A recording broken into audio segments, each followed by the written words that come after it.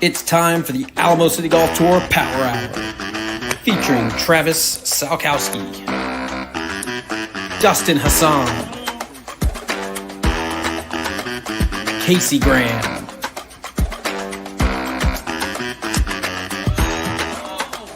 Jason Byrd, and Mike DerManuelian. Let's go!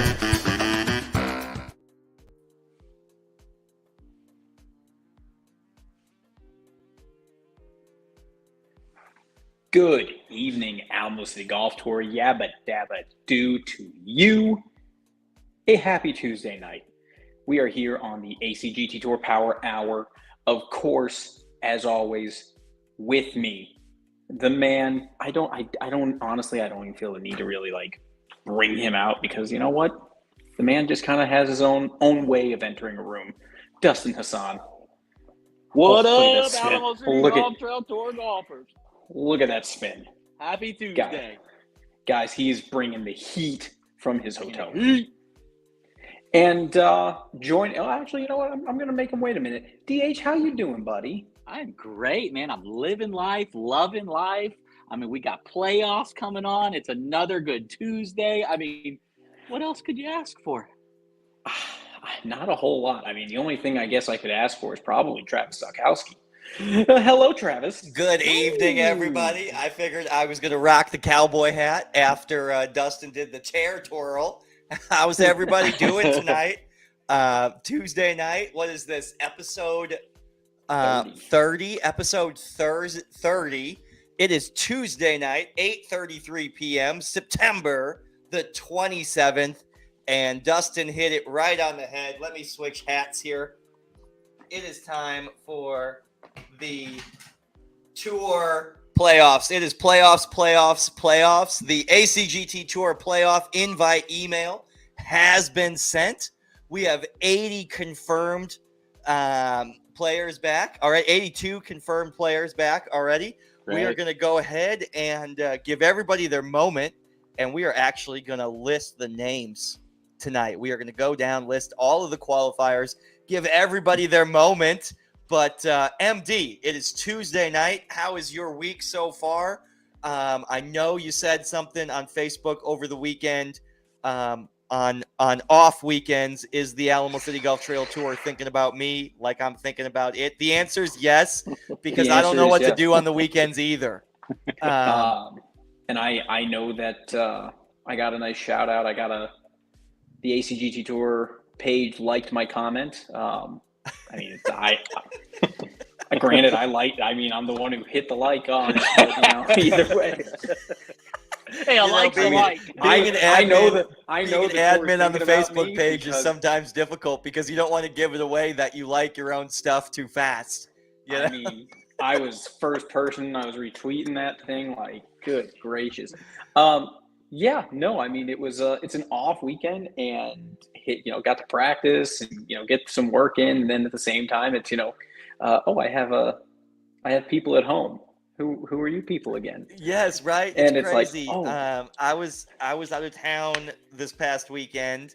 Me and the family were up at Great Wolf Lodge in Dallas. And it was a great weekend away. The cell phone was down.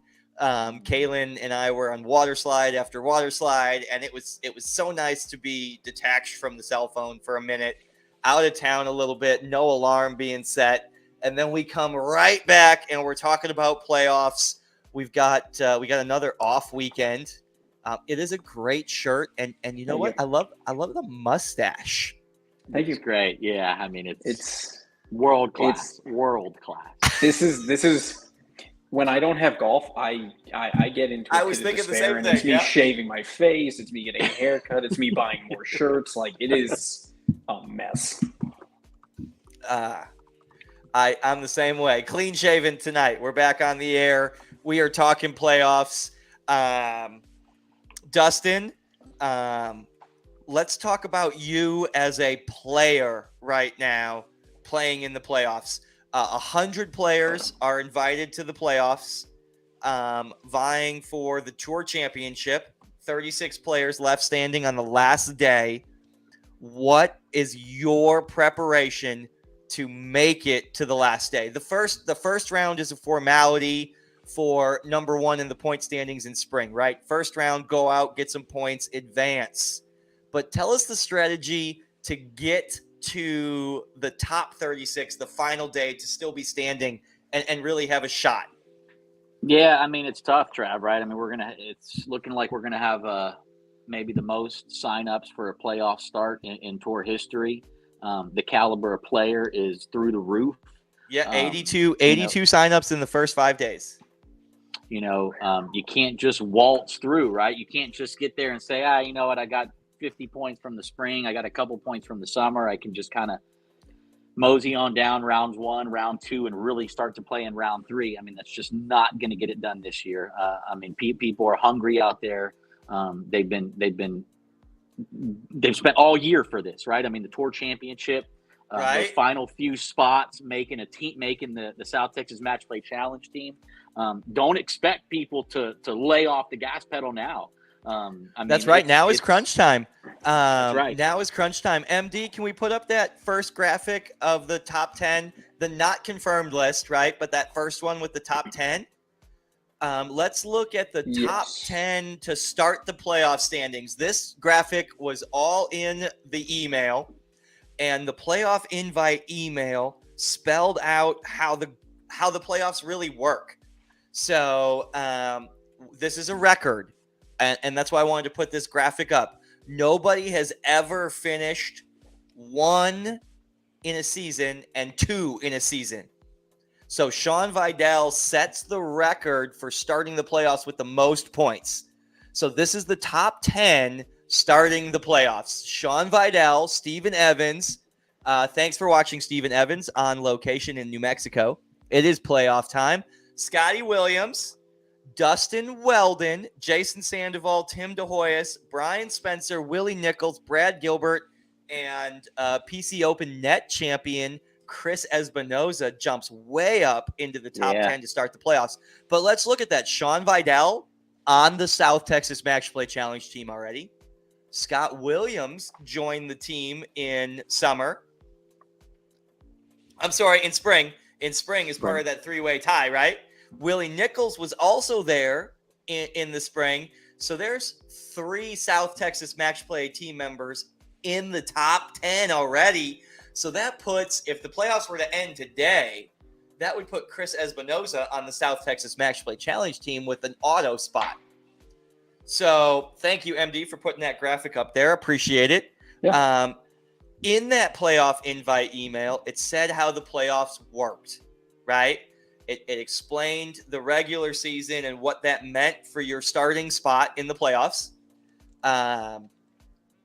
So the regular season means something. I think that's really cool to the format of the tour playoffs, that the regular season actually means something, and it essentially breaks the ties throughout the entire rounds with the individual point per place method. And we got a lot of them.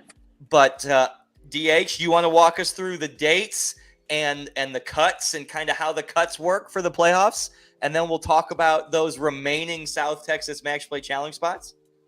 So yeah, I can do that. I'm a little as you can see, I'm traveling right now. I'm in a hotel room, so I know that the first round of the play, you're gonna have to help me with the dates, Trav. I'm here. So, I'm here with you. I caught you on location. We've got 2 more weekends off, right? And then round 1 is the 15th of October, Saturday, the 15th of October.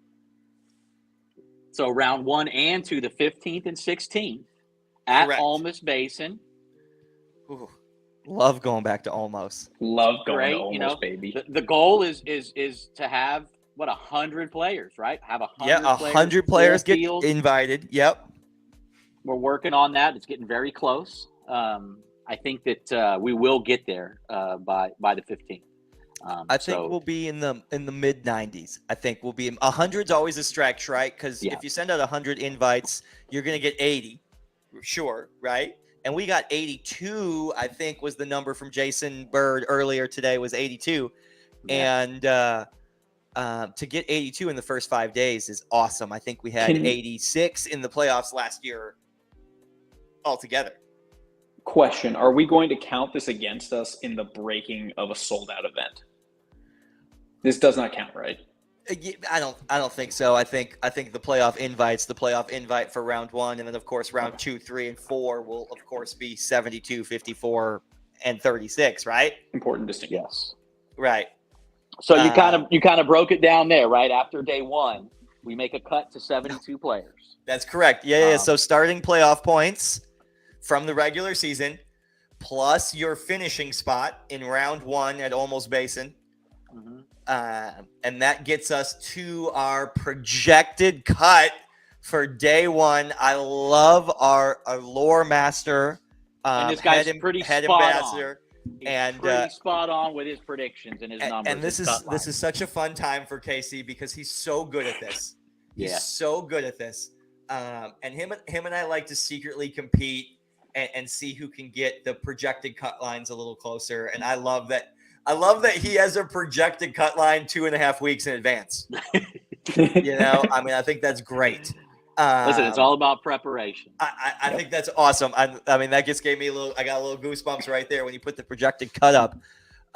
So starting playoff point position plus round 1, which is in theory 4 flights of 25 golfers, 100 points in first place in your flights. No flight bonuses, right? Just straight. This is what it is. Mm-hmm. And you earn this spot. And then Dustin said we cut to 72. 72. So we repair, re-golf genius, re-email on Saturday night, October the 15th, for a round 2 top 72 on October the 16th. And 80. Look at Casey. Look, Casey goes from 100. He's even forecasting. Listen, it's very fluid, right? It's very fluid. I mean, this is Casey. How many with 83 signups? Oh my goodness. We are hoping. I came on the air here real close to the buzzer. Did I hear that Casey was coming on tonight? He'll probably be on with us here in about 5 minutes or so, 10 minutes or so. Oh, great. Terrific. Good. That's excellent. That's awesome. I love it when Casey, the Viking, our head ambassador, lore master, historian, I love it when he makes an appearance on the show. I love it. It's great. So we're at the top 72.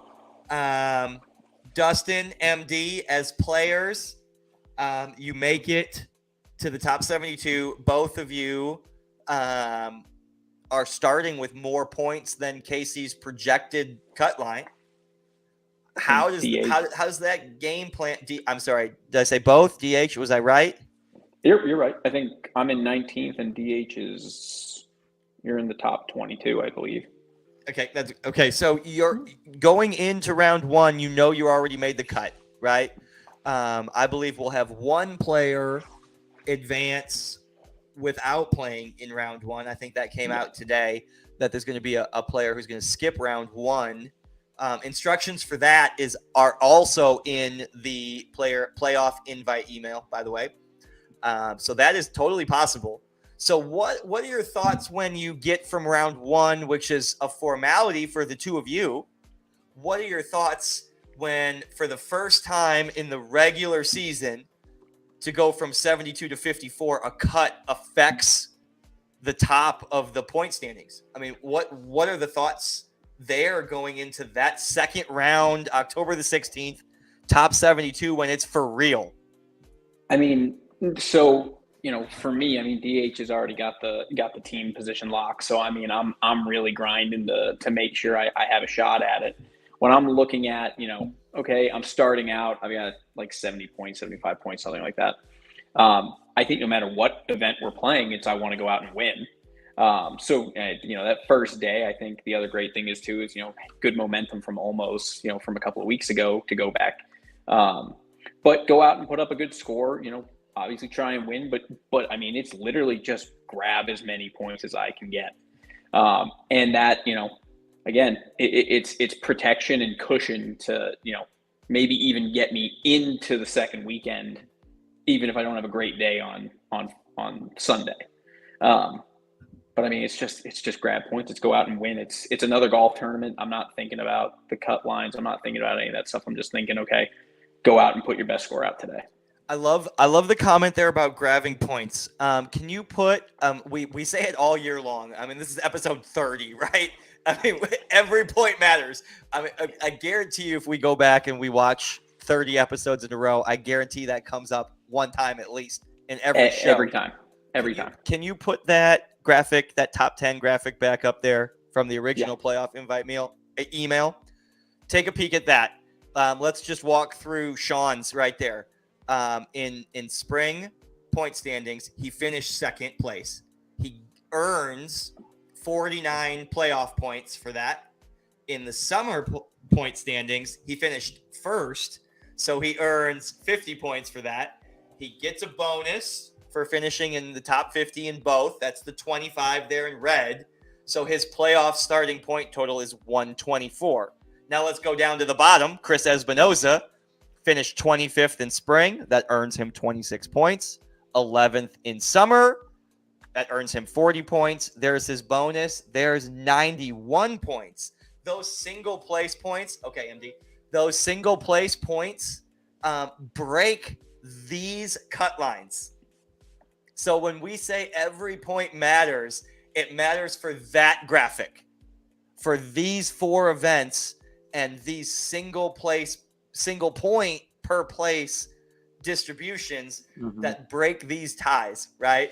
So the difference between a 7th net and a 5th net in a scorecard playoff that cost you 25 points during the regular season, cost you 3 points to start the playoffs, is the difference between a cut line. I mean, we can finally, come full circle of life there, Hakuna Matata. What a wonderful phrase. Yes. That's end of my days, Sorry, I'm like breaking into song like I'm holding up the lion. But yeah, we come full circle back in that every point matters phrase that we say all the time. And that's really what it's about, that cut line. And you said grab as many points as you can and survive to weekend 2. And I think that really is the format. Grab as many points as you can in the first weekend. Try not to bottom third of your flight. 4 flights of 25, middle of the pack. 4 flights of 18. Gets a little tighter. It reflights. And then round 3. Look at Papa DerManuelian watching live. I love that. Thank you for watching, sir. We appreciate it. What a great time to segue and shout out to the ambassadors, as long as Father was doing the same for MD. Big shout out to our sponsors. Presenting sponsor this year, Goosehead Insurance, a Sexton agency. His QR code is over all notice to players material on all Alamo City Golf Trail Tour communications, in every newsletter, and on our Facebook page. And then here, it's almost his moment to shine. The 2022 South Texas Match Play Challenge sponsor, Rick Hoinsey and Elevated Logistics, same-day delivery leaders in Texas. There's the number, folks. That is also on the Facebook page.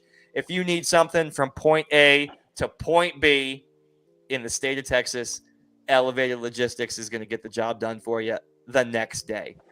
So, I mean, thank you so much to our sponsors. Thank you so much to our ambassadors. Okay, let's just dive right into the cake place and more. I'm jumping right to the cake place. Find her on Facebook, the cake place and more on Facebook. Laura Lewis, our victory cookie sponsor, #Cookie Mafia. They've been amazing. I mean, we could spend an entire show just rolling through pictures of cookies, I think. Just through the Facebook page. I mean, I really think we could. Thank you so much, Laura Lewis, the cake place and more. Thank you so much to our ambassadors on the air with me right now. Our director of media relations and ambassador to the like, Mike DerManuelian, our hostess with the mostest here on the ACGT Tour Power Hour. Thank you so much for being here. Dustin, Hassan, on location, traveling for work right now. Maybe overseas, maybe not. We don't know. We're going to leave you guessing. He does not have his GPS location turned on, so we don't know where he's at. Thank you so much for being here week in and week out and doing what you do for the tour. Casey Graham will be on in just a second. Jason Byrd, assistant tour director, Jason Byrd, finalizing the 2023 schedule right now with the Alamo City Golf Trail. The ACGT Tour is happy to announce it will be staying exclusive to the Alamo City Golf Trail in 2023. Home of municipal amateur golf competition. That's what it's about. Elite amateur competition to the municipal golfer on municipal courses to everybody equitably across the flight. Okay, great. Circling back. Every point matters. Every point matters. Surviving to the weekend, guys.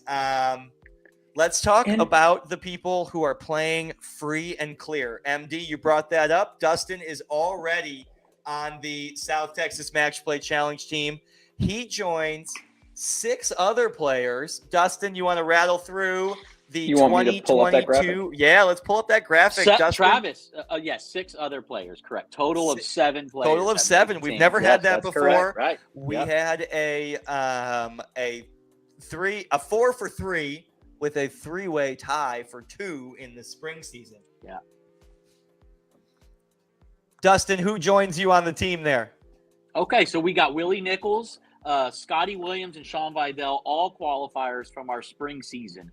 Travis mentioned it. We've never had a tie in which 4 players have made it out of either a spring or a summer season. So pretty cool to see that happen.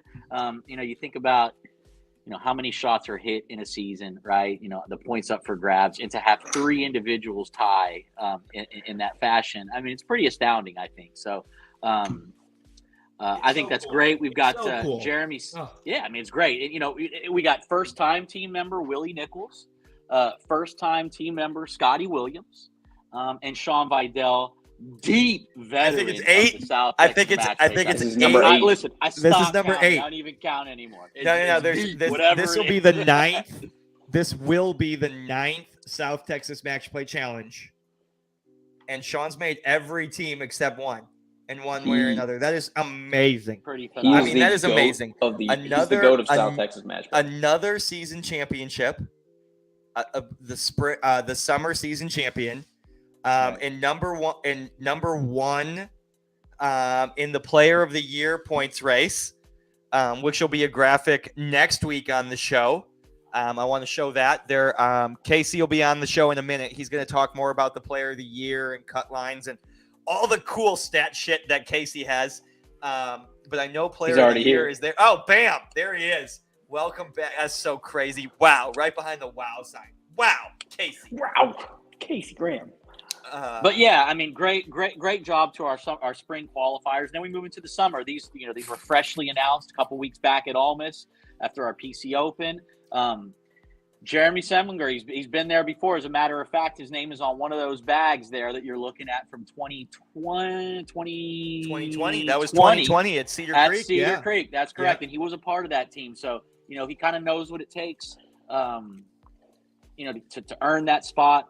He's been there, and he was able to pull it out in the PC Open to make a second Match Play Challenge team. So great job, Jeremy. Reuben Ramirez. I believe this is Reuben Ramirez's first qualification of the South Texas Match Play Challenge. So, I remember speaking to Reuben after at the PC Open.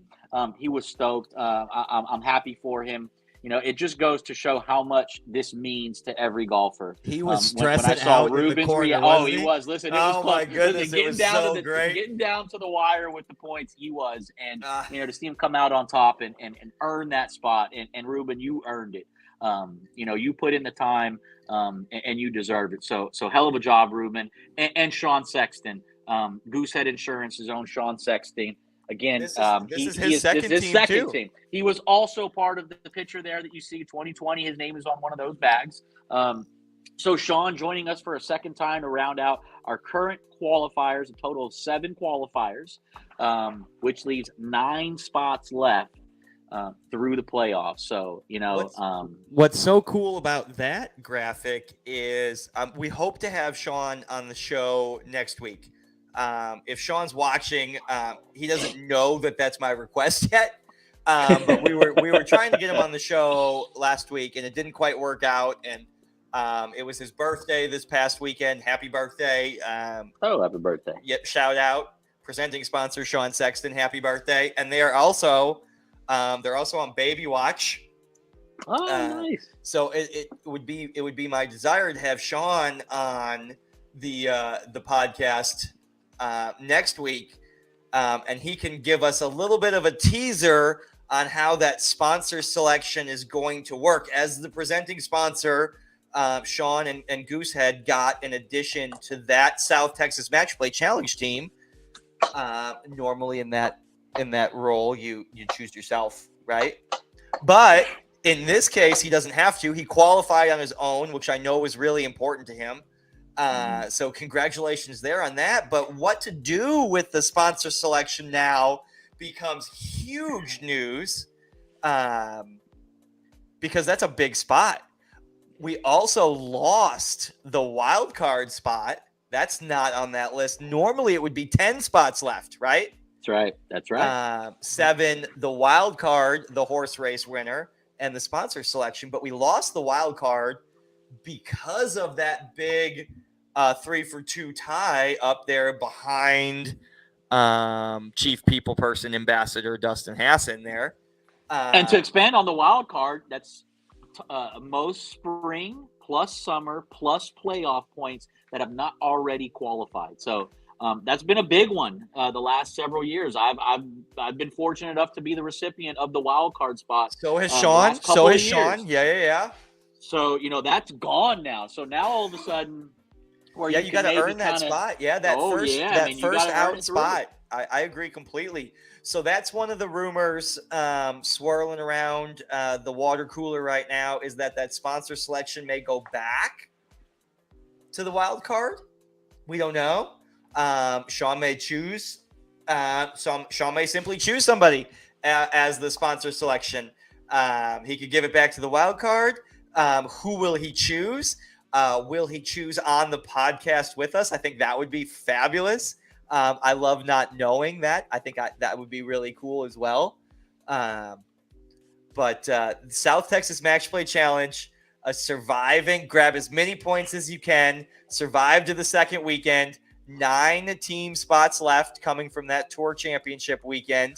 I agree. The future is so bright. It's Dustin with the chair spin. Really caught me off guard. This chair was WD-40 or something. I could go till the end of the show. It'll just keep going. I'm getting dizzy. I'm dizzy. I got to stop. Casey Graham, thank you so much for joining us. How's your Tuesday? How was softball? Softball was great. We finally won a game. Good. Yeah, 1-3 on the season, so that's good. So it seems like you not being on the show has been used wisely. Yeah. Hardly. Yeah. But I'm glad I can hop on tonight. We had an early game. Thank you for joining us. Let's talk about let's switch to your player perspective first. Okay. You played really well down the stretch at the PC Open.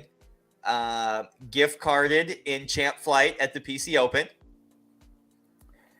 Yeah, I took second net. Lost of the scorecard playoff. Shot up the leaderboard. We're going to run through those names in a second. I'm excited to read all the names for the playoffs. We've never done that before. This will be the first time we've had a podcast playoff special edition. So I'm really excited for that. But let's talk Casey Graham as a player. Where are you starting in the playoffs? What's the goal for the first weekend? Clearly the team is a goal of yours, but talk us through your playoff routine, what you're doing now, and what are expectations for yourself in the playoffs. Okay, so I go into the playoffs every year. So my thought process is every single round in the playoffs, you got to come to play. Some of y'all have already mentioned that. Like Dustin said earlier, there's no like laying off. Like, let me just get through this round and I'll be at the next tournament. So my thought process is, same as what MD said earlier. Try to win every tournament. Obviously, right? You want as many points as you can get because it can come down to single-digit points. And like in my case, back in 2014, it came down to 4 points from not making the team. And I remember that. Yeah, that was a different format. Yes, it was a much harder format. Yeah, it was much harder in the playoffs. We actually changed the next year to put an emphasis on the Tour Championship based off of that scenario. So back then, back in 2012, 13, 14, what Travis used to do is he would take the top 5 from the spring and the top 5 from the summer, and then only the top 3 from the playoffs, and then a couple captain's picks and wild cards and similar situations like that. But yeah, what I was saying before, when I go into round 1, if you're going to mess up, round 1 is the only one that you can have a below par round or below average round and kind of get away with it, because everything is only 1 times the points. When you get into round 2 and to round 3 and that final round, everything is multiplied. So that means that every single stroke is that much more important, because that single stroke isn't worth 5 points now. It's worth 30 points or 25 points at the final round. So just think about, you might have some point in the tournament where you kind of lose your mind and you just tap and take a 5 or a 6. Well, that tap 5 or 6 might have just bumped you out of the horse race come to the final round. I love it. Every point matters. Yes. Yes. Yep. I agree Shout with out that. Greg Graff. Greg Graff, Ambassador Greg Graff. We didn't list off the names of the ambassadors before. MD, let's make sure we do that later. Don't let me forget. I know we went into the sponsors there. That's Ambassador Greg Graff watching on YouTube. Thank you so much, Greg Graff. Wishing you and the rest of the ambassadors and the rest of the top 100 the best of luck. Here we are back to Casey, not laying off in the playoffs. Really putting the pedal down. No room for error. And let's go through your goals. Tell us what your goals are. Your hopes and dreams. Other than making tons of putts, which I agree with Greg Graff. I think that's the safe bet. I think if anybody makes a ton of putts, you're going to do really well. Especially the first 2 rounds at Almas. You make any putts there, I think if you were to go back and look, I'm sure Byrd can do this off air while we're in the background and come back next week and let us know. But if you were to make a par on the hole, you're probably gaining strokes on the field just by making par. So yes, par. Try to grind out pars as much as you can. Listen, par on every hole at Almost Basin is strokes gained on the field. At par on every hole at Almost Basin this past, I guarantee it. There's no hole that played under par, even for Champ Flight at Almost. No chance. So par, that's a really, really good point, Casey. Par is strokes gained on the field. So just 72, 72, 72, 72, Tour champion. Yeah, I had a similar situation on day 2 of PC Open where, my first day wasn't great, but on day 2, I think I strung off like 6 or 7 pars in a row.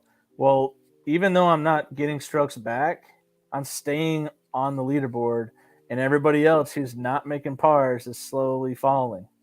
So even though I'm not making birds, that was me. I wasn't going to say any names. I wasn't going to say any but names. I didn't slowly fall. I plummeted.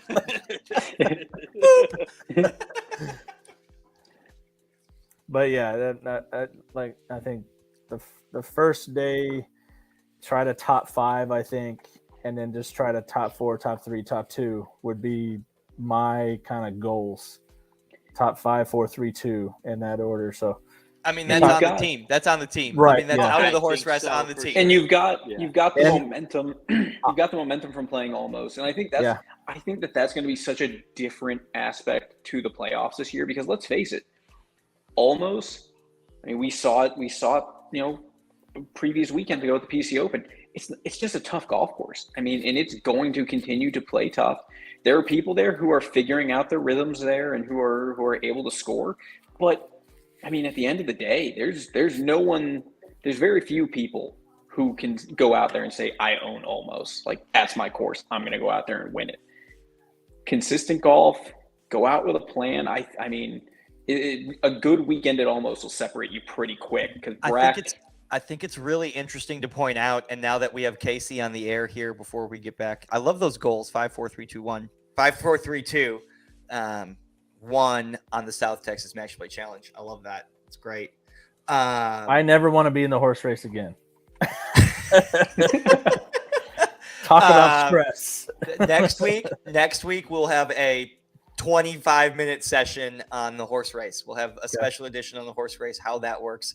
We could talk a whole show about the horse race. Yeah. But I think it's really interesting to point out that the next decline we have on the playoff invite, there's only been a handful of playoff invite declines.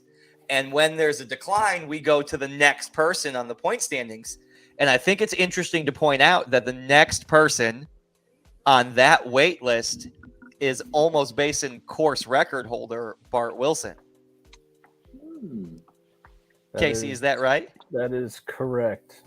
Yes. So one more decline, and it's an email going to the Almost Basin course record holder. Speaking of people who own Almost Basin, so I think that's interesting, and that bumps everybody down one spot on the handicap order right? Handicap. Yeah, Yeah, which means Dustin plays first flight again.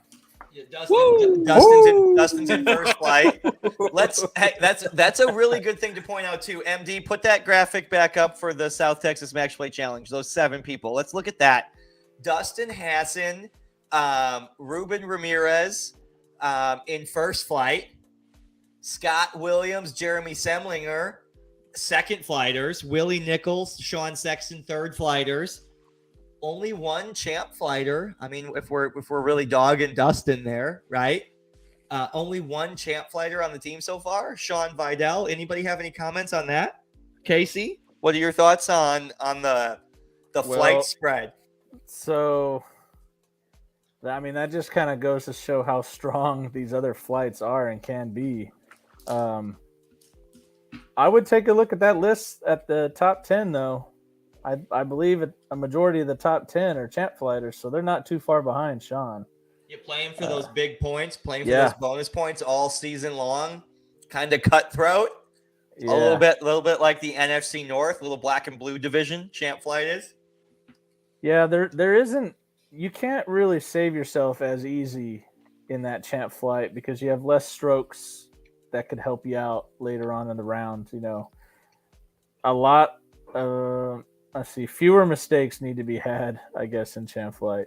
Once you make a big mistake, it's tough. It's tough to fight back.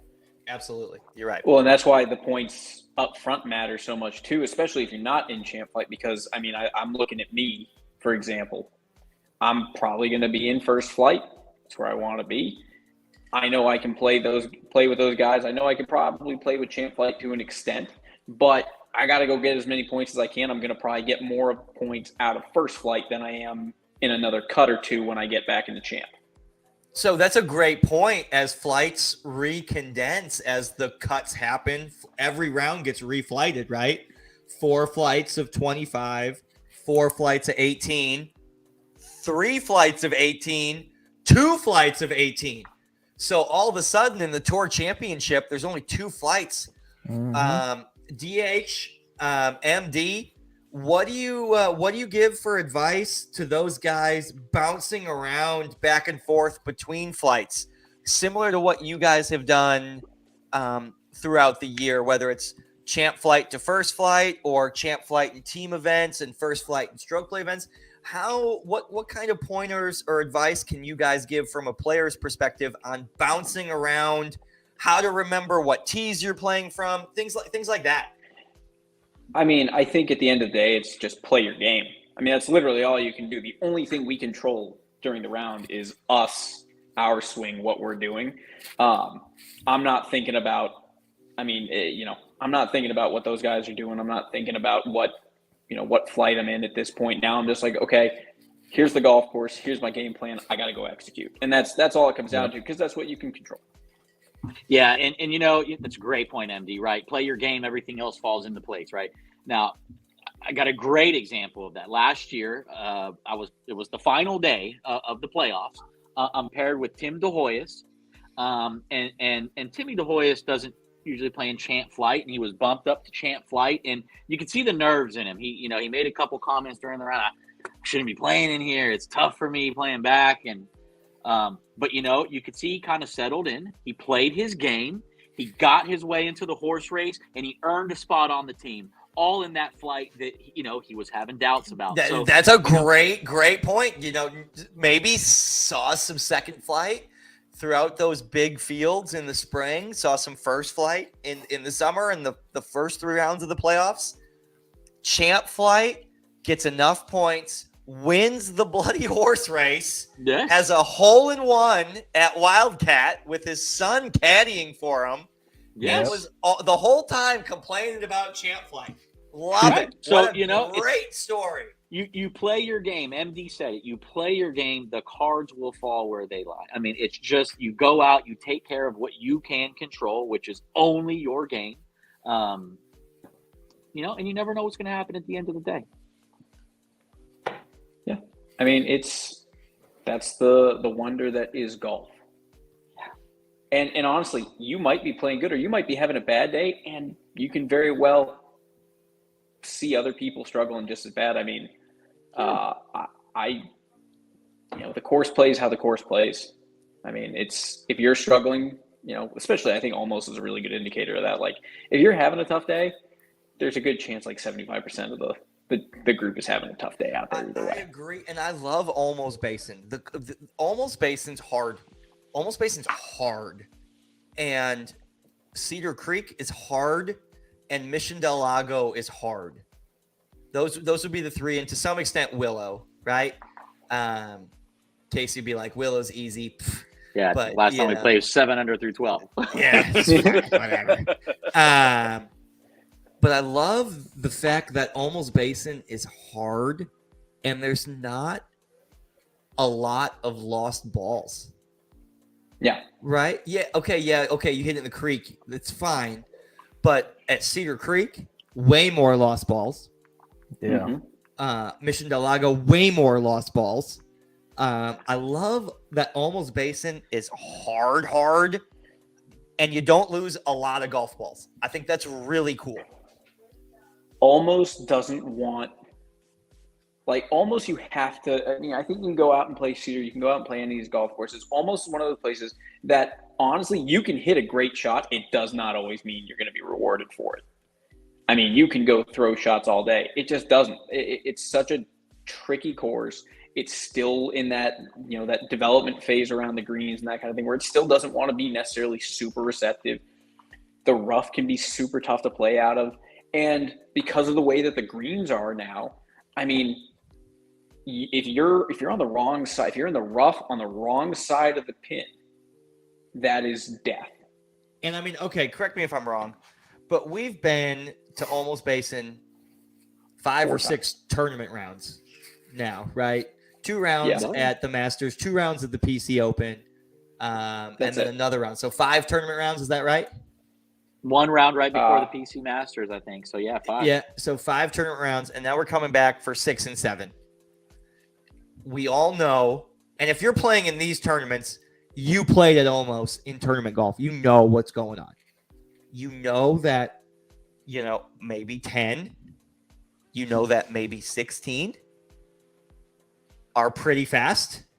Maybe that the putting green is a skosh faster. I mean, 16 was obnoxious on Sunday afternoon, but I mean, that's awesome. That's major golf. I thought that was really cool progression throughout the weekend. But maybe that the putting green plays a little faster. Maybe you know that 18 is the slowest green on the golf course.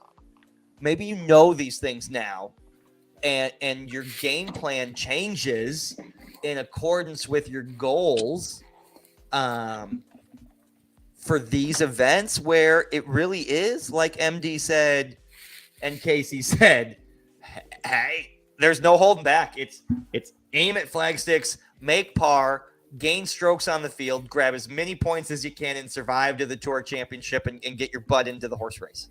Yep.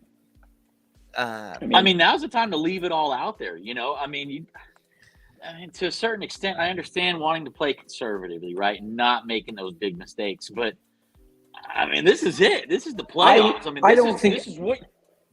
I don't think you can go play. I think almost Basin, you have to play a little bit more conservatively to an extent. I think that golf course, I think we get, to Brack, you can kind of be super aggressive. You can go at pins, you can go at greens. You can absolutely miss green fairways left and right, and you're going to get relief and still have a shot. Almost Basin is far more precision based. It's all about where you're setting yourself up for the next shot. And it's having that game plan.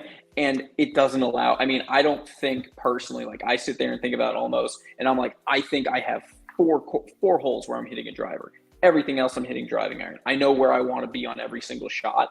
And if I play to that game plan, I know that works. I don't want to go out to Almost and try and hit driver on 17. I don't want to try and hit, something like, something to leave it all out there. No offense to anybody who hits driver on 17. It's okay. It's okay. Play your game. Play your game. But I think get through Almost, and then second weekend, the 22nd and 23rd, that's when I'm going to be like, Brackenridge Park. Brack, I'm going broke. Yeah, history of the tour. Every tour championship's been at Brackenridge Park. I go back to the comment that Carnes once upon a time said, you got to play the course how it wants you to play it. Oh, he says that about Cedar Creek all the time. I know he's watching right now. Thank you. Thank you for watching, Casey Carnes. I apologize. I did have a missed call from Casey today that I didn't get back to. I apologize, Casey. I will add it to my to-do list. If it makes you feel better, Carnes, he doesn't call me back either. So I talked to Casey on the phone 3 times today.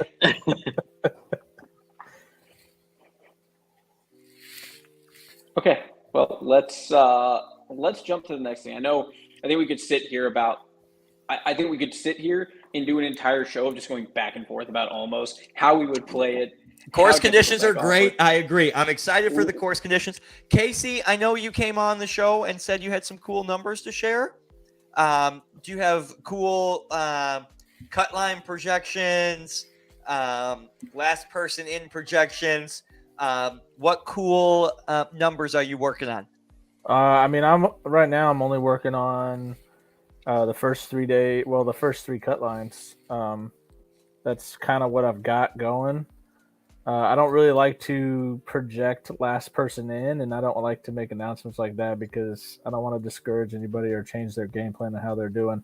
But mentally, I've got somebody, of course, and I'll probably tell you on the side, but I won't tell anybody else. And I'll bring it up on the podcast next week. That's perfect. That's what I do. That's perfect. If we really care about early projected cut lines, I'm thinking, I'm projecting we get to 90 players is what I'm thinking. Okay, so I agree. I'm thinking 31 points is the cut line. And then how many players starting with 0 on the list right now? I have that if you want me to pull it up. I believe there are 72. 75 total qualifiers. So 75 and 25? Well, we had a couple that have confirmed they will not be playing. So I think it's 72 or 3 with points, and then 28, 27, 29 that will have 0. And 4 flights of 25 gets you a 13th gross finisher. How many points is that? It's 15. 15 points in round 1 for DFL in your flight. So 30 points is got to be around 9th place, 10th place. Yeah. So top 2/3 in your flight on Saturday gets you to Sunday. Is that what we're saying? Kind of, yeah. Okay, I love it. I that's great. We can work with those numbers. Top 2/3 of your flight on Saturday, round 1. That is Saturday, October the 15th. First notice to players will come out that Tuesday or Wednesday. I think Tuesday we cut off playoff Registration, yeah. registration. Sorry, thanks, MD. Yeah. Top 2/3 in your flight, and round 1 gets you to round 2. Okay, so now round 2 escalates to 1.5 times the flight, 150 points for first place. 9th net would be your last place finisher in the flight. 4 flights at 18. You're right, Yep. 9th net. And round 2's cut line is 106? 97. 97. Okay. Authoritatively 97. 97. I love That how was confident bold. he is on that. Bold. So let's can we pull up the top 10 graphic again, MD? This is 97 points. There are 6 players starting the playoffs with more points than Casey Graham's projected round 2 cut. Does that not get the mousetrap wheels spinning when you start talking about math and like, oh my gosh, there's so many forecasts and if this player does this and this player does this, but this player's on the team, get my butt into the horse race as fast as I can. I think you got to just be thinking, I'm going to go play golf. I think DH said it. Like, you just play your game and it'll all fall into place. Like, if I sit there and think about that, I think about as much attention as I'm going to give is I'm going to watch the scoreboard during the round. It's all about content, baby. It's all about content. The projections, the cut lines, the mousetrap thought processes, the drama. The worst part about player all of this interviews is I'm completely wrong and I look like a jerk. And the great thing is I have it recorded and I can make videos of it. Oh, yeah. And I can edit it and do all sorts of things. You're allowed to use it. MD, I think when you finish your round each day, we'll do a quick video segment right there where you can video Casey off to the side, you video me off to the side, and we won't talk about it, and we'll give you our projected cuts for each round, and then we'll play it on the podcast and see who is closer. I love that. I like that. All right. Okay. Right now we got I haven't done round 1, but we got round 2. I got early 106.97 for Casey. This just in. MD, what do we got left on the list to talk about tonight? Let's talk a little bit about course setup. Okay. All right. Let's talk about course setup, and then we'll jump in and finish up by just kind of going through the list of everyone who signed up. And I think that'll kind of close it out for us. A list of confirmations. We have a list. We have a list of Casey, is that an up to the minute list? Is that? I think pre-podcast start. Pre-podcast. Okay, so that's terrific. It is up to the 8:29. We have a list. We have a list of the confirmed. Do we have a list of the not confirmed? Do we get to? Oh, we do, but I didn't want to shame them. No, we don't need to show them. We have a list of pending. I love the pending invite pending. I love that. We don't have to show a list of the declined. We don't have to do that. But I definitely think the public live shaming of the not replying to the email is definitely going to happen tonight. I think that's terrific. Steven Evans, there he is right there. I did it. Hey, guys, go remove Steven Evans off that list. Yeah, let's pre-podcast. Beep, pre-podcast. I am course setup. All right. We have the two of the 3 committee members on the air right now of the Alamo City Golf Trail Tour Course Setup Committee. We have the two co-chairmen on the bottom of the screen right here.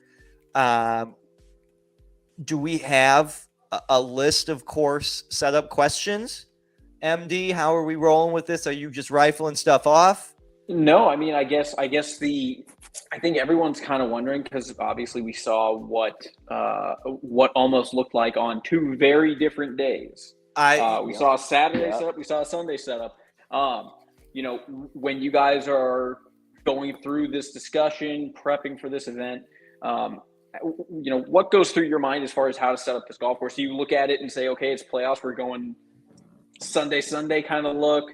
Do you want to kind of do a similar setup where we're going to make it maybe a little bit easier on that first day, make it a little bit more competitive for those people who are starting towards the bottom end of the playoffs?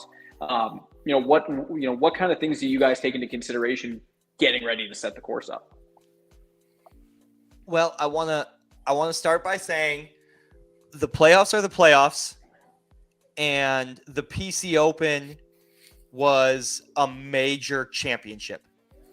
They're different. The playoffs is the marathon. The major championship is the 1,000-meter hurdles. I don't want to call it a sprint because it's a big event, right? But they're different, and I was really proud of the way Olmos Basin progressed throughout the weekend for the PC Open Championship. I thought it was super challenging both days, but I thought it was much more gettable, much more manageable on Saturday, and then the speed and firmness crescendoed towards Sunday afternoon. I thought it was really cool. I don't believe that we will see a dramatic Saturday to Sunday change the same way we did for the PC Open Championship. I think we'll see maybe a little bit more length on Sunday as the field gets a little bit more narrow. As the roster starts to develop and Jason Byrd starts to get the tee block, and we start putting things into flights and talking about time. When we talk about pace of play in relationship to sunlight, I mean, it was dark at 7:20, 7:18 today. It's there. Yeah, it's getting dark. I mean, that's a lot. So we definitely take that into consideration as well. Can we do 9-minute intervals? Can we do 10-minute intervals? There's a lot of prep into course condition. But to answer your question, and I'll let Casey answer as well each time, I do not believe we'll see the dramatic difference from Saturday to Sunday that we saw 2 weeks ago at the PC Open.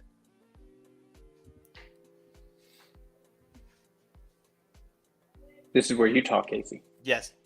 Oh, I mean, I don't want to have a huge say in course setup because, in these regular events, I kind of go out there and I help Travis with his ideas and how he wants to set up a course. So I don't want to say that I have any take in course setup because, again, I am a player. So whatever Travis his idea is out on the course, like, hey, let's do this on this hole. Let's do the tee boxes here. And let's have this one up. Let's have this one back. So, I mean, I kind of follow those instructions. I like to try as much as I can to leave everything on his shoulders as far as decision-making for course setup because, again... More of a check and balance. Versus hey, Jason Byrd, who's like, I'm going to put it all the way back. Right. I kind of look at it as things, I look at it as I'm also a player there. If I were setting up the course, everything would be on the right side of the green because I'm a cut bias player, right? So I gotta go with that. Casey Carnes, I knew he was watching. There he is. He said tuck him just before that. It's come out and help, Carnes. That'd be great. We would love it. We would always love taking course setup from Casey Carnes. I think that'd be great. Hopefully he is around and make some appearances during the playoffs here. We can get him on camera. I need a talking about- caddy. Oh, I think that would be cool. I think on the air right now at the 1 hour mark, Casey the Viking Graham is asking Casey C2 Carnes to caddy for him in the playoffs. I AC think. US mid-am qualifier. Yeah, top 32. Top to 32 be my right now. to be my chop caddy. I love it. I think it's great. But yeah, checks and balances for Casey. That's a really good point. And I was kind of making fun of us a little bit with the ACGT Tour Setup Committee. But yes, normally it's me sending whole locations to Casey to double check when he's done with work, and I've come and gone. But those dots are out there. The T markers are set. Almost Basin is going to be very fair, very gettable, and I don't believe we're going to see a big crescendo from Saturday to Sunday.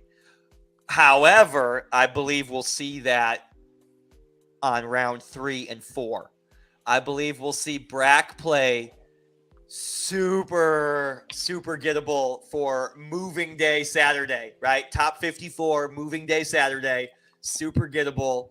And then we go to 2 flights, same set of tee boxes.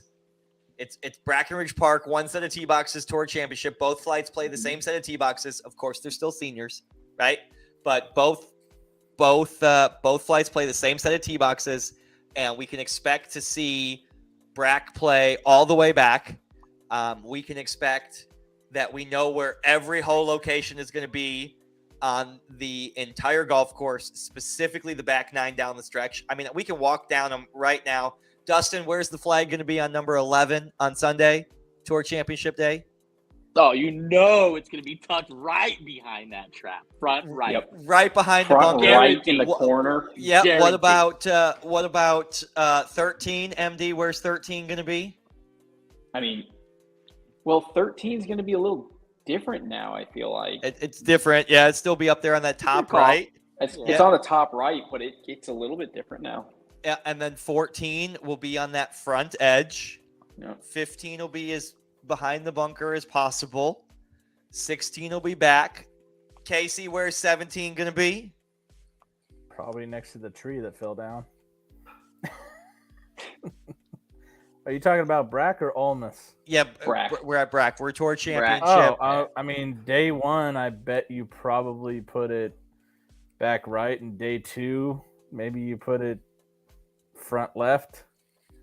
He's got those right, but vice versa. Okay. Sunday will be way back on that right side, and then MD 18 will be 18's either middle left or it's Front left. Yeah, it's Yeah. that. It's technically middle left. It's either Middle. in that. Yeah, Yeah. on that left-hand In the corner. Yeah, I mean, diamond. we can just walk through the hole locations right there. I mean, those If are you pretty play long stock. enough, you kind of know. Yeah, those are pretty stock Go Sunday into hole the- locations. So we'll see the crescendo.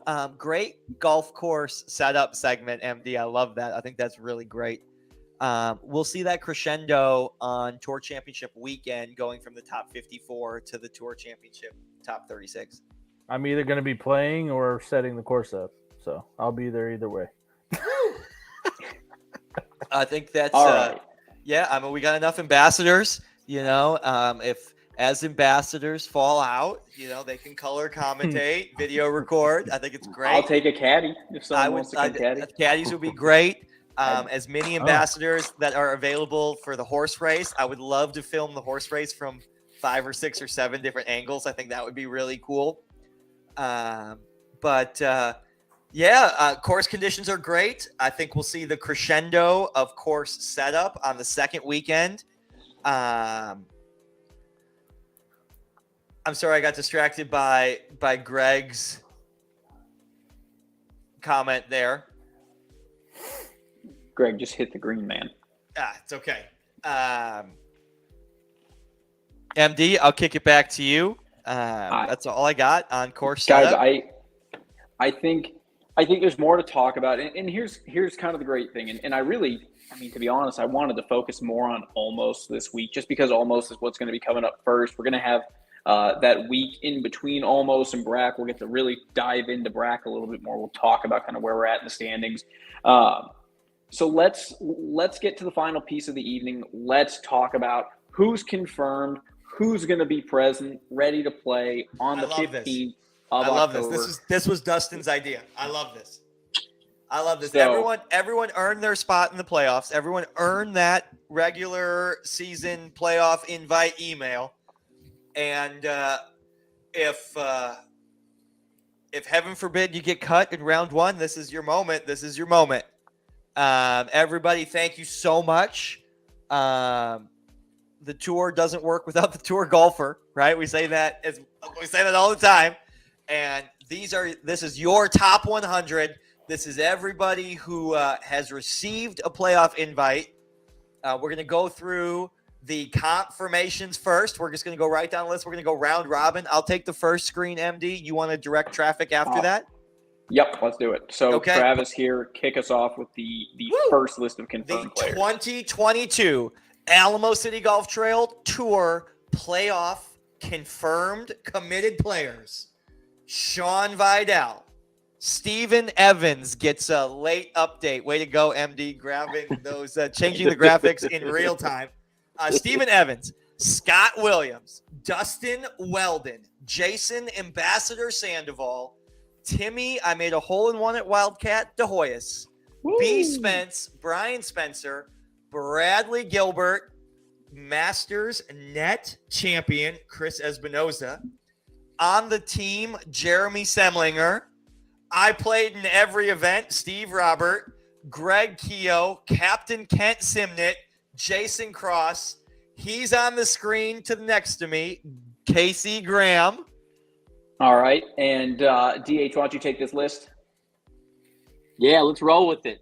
We got Edward Canny. Is there a name above that? It's hard for me to see. No, you're good. That's Okay, Edward any name you see Canny. is what you're supposed to read. Edward kind of came blasting on the scene in the summer season. So, you better believe he's going to be blasting in the playoffs. So keep it up, Kevin Tennyson, Seth Henry playing well, Rudy Fuentes, David Falconer, Barry Gooden, Ernie Cannon, Joey Workman, Jason Byrd, Birdman. Brad Huey coming back. I haven't seen Brad. I love the Haven't seen Brad in comment a from while. Brad Huey. Yeah, Spring it's gonna be great. qualifier. Get Brad up in Yep. there. Yep. Mr. Robert Bender, Trevor Bailey, Michael St. Masters Clair, winner. Tim Blunt. That's correct. Reuben Ramirez, Mike Murin, Joey Gonzalez, Francis Vo, Trace Davis, and David Felsing. Cool. All right. Casey. All right, continuing right along, we got Zach Johnson, sponsor Rick Hoenzi. MD, can we turn that background volume up? Can we turn that up a little bit? I can. Chris Arnold, Austin McDowell, Jeremy Jaramillo, Sean Wolf of the Wolf Pack, Leader of the pack. Dennis Danowski, Double D, Dennis Dendowski, former team member Christopher Walker, Chris Walker. James Conert, VJ Kirky, spring qualifier, Roy Medina, The Funky. last year's spring season winner Lucas Nato, Player of the year too, right? Player of the year, Player of the too. year, Yeah. Lucas Nato. Tornado. Tornado. Tornado, CJ Gomez, Julian De Hoyas, That is the son of hole-in-one Timmy D. Hoyos. nice, Tyler Pascal, and David Felsing, which All right. was announced earlier. Going along now. Ray Kang hanging in there. I believe he qualified in both, if I'm not mistaken. David Thomas playing well. This scrub next. The longest name who creates longest all of name our I know. spreadsheets. So long. It's extra. It costs extra at the embroiderer too. It's so Just put ridiculous. MD. The longest name on tour, Mike DerManuelian. Michael Giampetro. We have Jeff Kanzemius, Baldo, the only one name guy out there. It's just Baldo. That's it. Renee Ubaye, Brad Haddon, Ambassador to the Stars, Micah Carroll, the spring champ on the team, Dustin Hassan, Ambassador Gregory Graff. Watching on the Shout out YouTube Greg channel. Graff on YouTube. Shout out. Thank you. Next, we have our sponsor, our best friend, Sean Sexton out there. Hopefully we'll get him on the show next week. But Sean playing really good golf right now. Brian Dishman, dude is playing really He's playing strong great golf right now. That's Plateau right. hombre. He sure Yep. is. We got Danny Lee in the Playing mix. good Danny's golf. been Danny really Lee playing good too. golf. We have the anchor to Dustin Hassan's success, Jonathan Aiken. I was wondering where that was going to go. I would argue, I think I would choose Morgan Graff in a net match play event over Jonathan right now. Morgan Graff, and I have told everyone this. I was like, she was my pick for the PC Open, and it was so. And it was close. It was down to the It was real close. 35th hole. I think she was still alive. I think. Yep. Okay, So I'm sorry. I mean, so Morgan Graff joining us in the playoffs. She's been playing golf for 6 months. It's so And cool. She's dude, in the playoffs. like- she wants the team. She's super engaged. I love it. She Like, makes me Live, better. she'll tell you to the day. Yeah, I think it's great. Let's- She makes the tour let's- better. 100%. Sam Braswell's in the mix. Remember Mark last year? Kacheski. Yep. Masters winner, Mark Kacheski, Masters net winner. Right. And rounding out this piece of it, Michael Martinez. Woo! MD, And you were then- right. We were definitely gonna get off on tangents on the list. You called this one Yeah. right, and I'm like, nah, we can talk through all Like, this. What are you We're just talking gonna leave about? the Right. list. No, I mean, everyone has a story. All right, think let's we kept go. it Let's rather keep tame. going. Oh, big names. Continuing on, we have Kevin KK Keeney, John Guerra, Christopher Hughes, Dakota, maybe the best mustache on tour right now, Elbers, Cooper Willard, Claudia Ramirez sneaks into the playoffs based on her rock With star PC amazing Open. rounds. So that is the second lady, two female golfers in the playoffs. Reuben Ramirez on the team. Paul Pena, Jonathan Harder, all in green, all confirmed numbers. Is that 80 plus numbers already? That is, Already? we do have one more here. There's one more green name, and then this is our list of waiting to confirm. So let's Okay. pull that up. Oh, Gerardo Llorente. Yeah. Double L is a Y. Gerardo Llorente. Okay, there you go. That's my so Spanish these are- lesson. That was 30 seconds after I said plateau hombre as well. Giving Spanish lessons so wrong. It's so Are bad. those Spanish lessons after the podcast? 'Cause Oh my goodness, it's crazy. These are the invites pending list. These are the not confirmed, still out there pending. We're not going to show the declines. There's only a handful of them. We're not going to show them. DH, take it away. Yeah, let's start it right invite off. pending. Willie Nichols, South Texas Match Play qualifier from spring season. Willie Nichols. So looking forward to his confirmation. We expect to see most people on this list. Yep. Kyle Young, playing some good golf at the end of the year. Hope to see him on the list. Battle for a qualification spot on the South Texas Match Play Challenge team. If you are watching and you are buddies or Facebook friends with anybody on this list and you see them right now, shoot them a message, shoot them a text message, check your email, reply to this email, get into the playoffs now. DH, sorry. Tell them Josh that Jordan. people were talking about them. Tell them to go get Yes. on Facebook and come watch. This is the moment. Somebody on this list could be the next tour champion. For sure. The only thing preventing that is your confirmation. I wish I could have faded to black right there. But continuing down, we got Josh Jordan, Nick Lewis, Mike Montgomery, Roland Torres, Lazaro Gonzalez. He emailed Tyler today. Cook. Last Lazaro. emailed today. Okay. He emailed today. Great. He is in. He is a green name. I'm sorry. That was Okay. on a just right about game time text message thread there. So Great. he is in. Continuing on, we got Tyler Cook, Mark Reiser, Landon Parkinson, Alan Valencourt, Bob North, Callum Stonehouse. Love that name. Maybe the best name on the list. Maybe. Pretty good. Bernie Sandoval. Also a good name, Bernie. Great. Bernie Sandoval. Got Bill Cohn, Tim Price, and finally, Tom Nelson squeaks in to the playoffs. For your confirmation. He had a great finish at the PC Open, too. Lots of names that gift carded at the PC Open snuck in on the back door there. I think that's really neat. Every point does matter. I'm glad we did that, Dustin. Great idea to read the list. I thought that was really cool. Congratulations for making that list. Casey, 300 plus people in the summer, 400 or 500 people in the spring. I think we were just shy of 400, I believe, in the summer, and in the spring I thought was around 370. Okay, so 400, somewhere right in there. Yeah, I mean, I think we almost broke 800 mark, and that's 800 different players. I think that's really, really cool because it really, this year, with every event selling out, this year the top 100 means something different, right?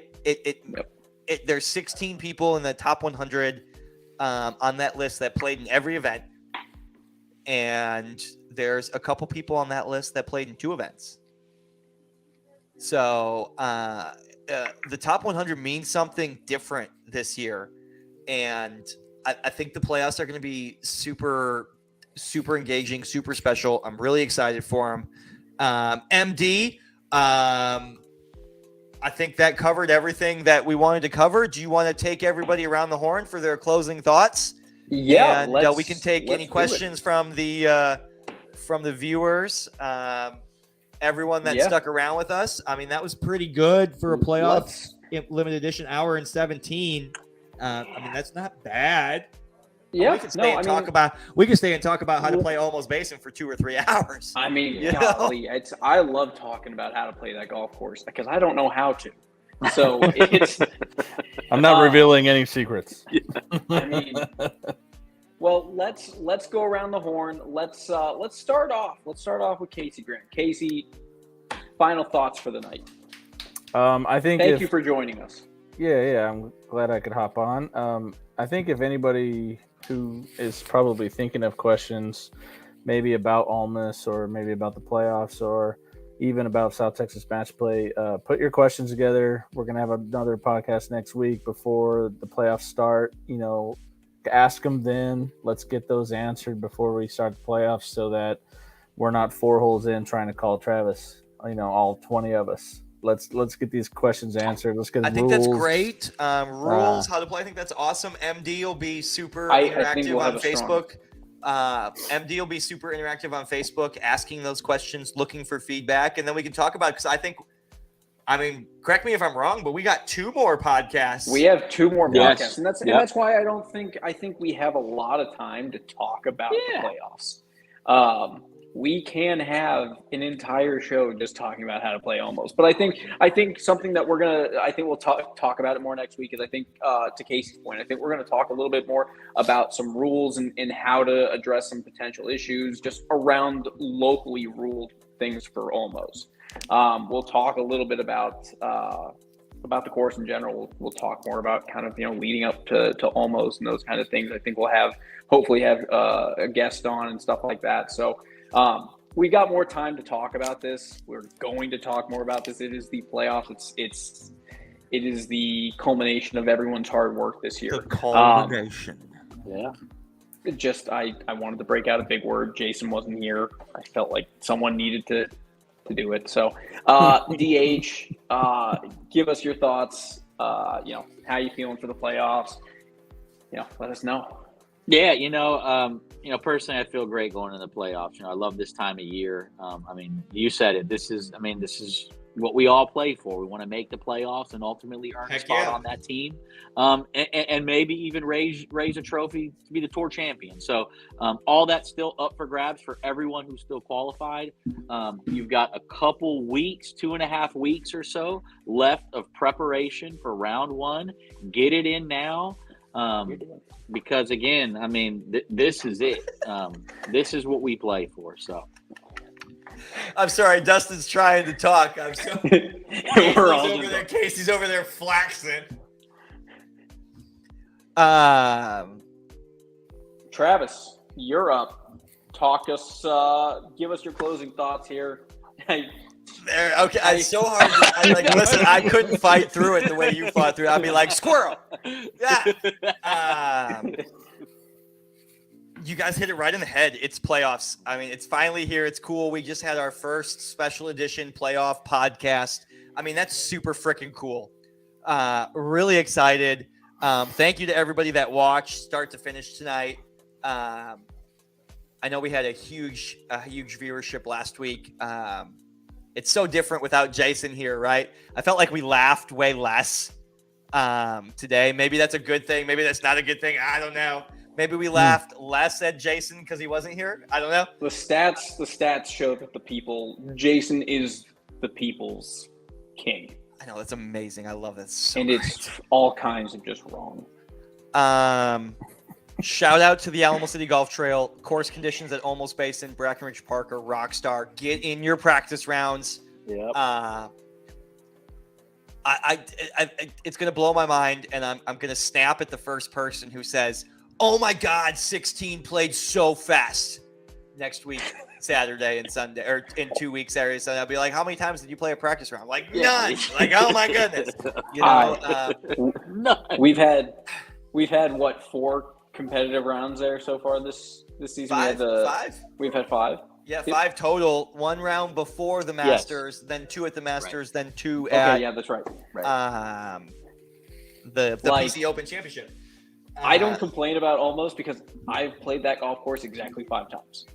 That's perfect. Like that's why you can't get mad at that golf course. Go practice it if you're unsure. But in the words of the GOAT, play the course like it's meant to be played.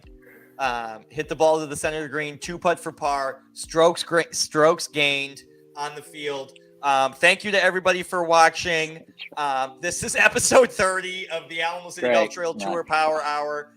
30 weeks in a row. For those of y'all doing the math, that's almost 8 months of Tuesday nights. Thank you all for joining us on Tuesday nights. We'll see you in a week. MD will be on the Facebook page. Like and share. MD will be super active and interactive this week, leading up to 2 more ACGT Tour special edition playoff podcasts before we get to round 1. And I think, MD, tease this if you want, but I think there's an ambassador challenge coming up. There may or may not be an ambassador. I might have to tune in next week to hear more about it. There we go. And that's it. Ladies and gentlemen, thank you so much for watching. It is September the 27th. We've been on the air with y'all for 1 hour and 23 minutes. MD, take us away. Guys, thank you all for being on tonight. Appreciate everything that you guys do. Big shout out to our sponsors as well. And to our viewers out there, thank you so much for tuning in with us, riding with us every single week. We do this for you. Ride or die. Woo! We do this for you. We do this because we love the tour. We're in the playoffs. We're in the end game now, boys. It's going to be a great couple of weeks, and it's all going to add up to the South Texas match play team. And we've got a lot of good stuff to talk about the next few weeks. So I'm super excited. But that being said, thank you, Casey. That being said, let's all just take a moment to flex into the camera for you guys out there. And Alamo City Golf Tour, you guys have a wonderful night. We will see you next Tuesday. Good night, everyone. Woo, thanks for watching. Have a good night. Thanks. Bye, guys. Good night. See ya. Peace.